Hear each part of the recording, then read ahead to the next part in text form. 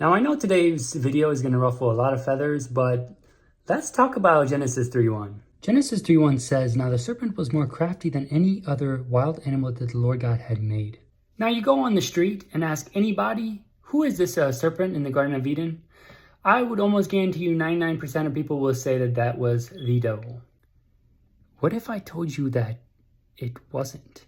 Now, we're going to keep it short because this is the tidbit bib, a tidbit about biblical studies.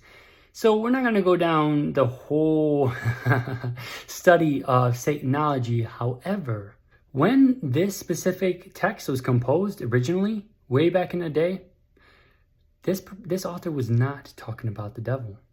And just as a tiny fragment of evidence behind my position, I'm just going to quickly reference the NRSV footnotes of this verse. It says, "The serpent is more crafty than the other animals, which indicates that he too is an animal, not a demon or devil. A parallel is the snake in the Gilgamesh epic, who steals the plant of rejuvenation and therefore sheds his skin." Now, in the Epic of Gilgamesh, right, the snake steals the plant of immortality. But then we look up the Genesis story and how it ends, and something interesting happens. And in Genesis 3:22, what does the Lord say? It says, "Then the Lord God said, see, the man has become like one of us, knowing good and evil. And now he might reach out his hand and take also from the tree of life and eat and live forever. Therefore the Lord God sent him forth from the Garden of Eden," blah, blah, blah. So in the story of the Epic of Gilgamesh, right, immortality is lost to humans.